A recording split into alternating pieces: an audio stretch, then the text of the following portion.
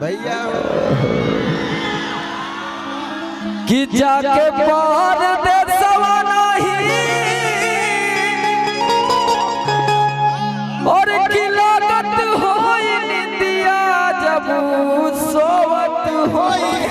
छील देला दहिया मुसल्लम बलम आगे बलम बलम आगे बलम बलम कि बलम मोर कोरा के सुतवैया सुतवैया और की रात भर रोवत होई है केहू इतना प्यार करला पति मेरा रुआ कह दिया देवरा पूछा था और की रोवत रोवत भीज गइल बा औसिया से हई तकिया तकिया अके कराया तुम जागत बाड़ू सारी सारी रतिया रतिया तब बताओ तारी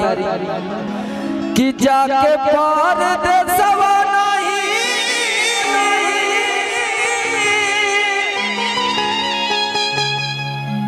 और की लागत होई निंदिया जब सोवत होई है ना हमारे रत्नेश भैया भोजपुरी के बेहतरीन प्रोड्यूसर वाह ऐसे ही मुस्कुराते रहिए आपका अभिनंदन है स्वागत है वाह त्रिकुट मार के पूरा बाहर उठ पूरा बनारसी हो गया। कि जाके पार देसवा नहीं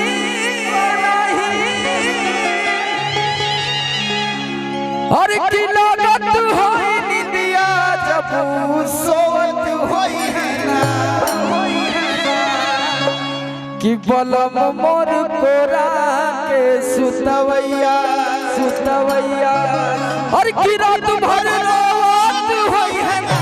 बलम मोर कोरा के सुतवैया की रात भर रोवत होई है ना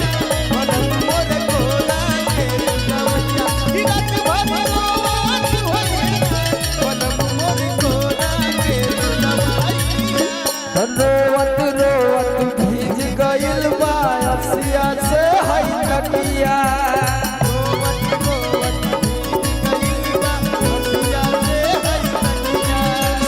के कराया तुम जागत बाड़ू सारी सारी रतिया के कराया सारी सारी जाके पार देसवा नहीं जाके पार देसवा नहीं लागत होई निंदिया जब सोवत होई है ना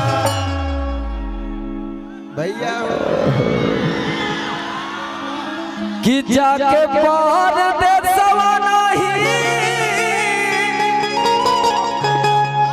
और की लागत होई निंदिया जब सोवत होई है ना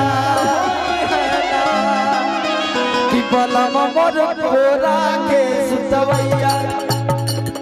की रात भर रोवत होई है ना बलम मोर कोरा के सुतवैया की रात भर रोवत होई है ना बलम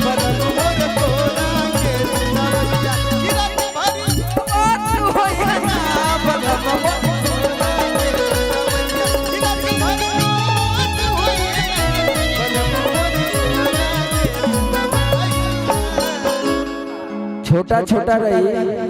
बहुत सारा कलाकार पीछे बैठल में कब से कहत में कि हमने का करे आली तो सबकर ध्यान देवे के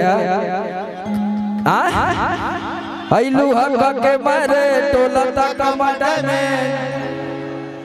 और देख के तो हर ब्यूटी हमार ब्रेन हो जाता है में तू लोगन जवन का बाम हुए गाई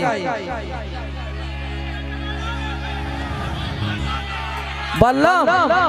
तो दूसर गावती का कही के तना सैया कैले बा मोर सजैया अधून दे हलस दे हराते कि जोई से रजैया अच्छील देला दहिया मोर बलम बलम आगे बलम बलम आगे बलम बलम आगे बलम बलम आगे बलम।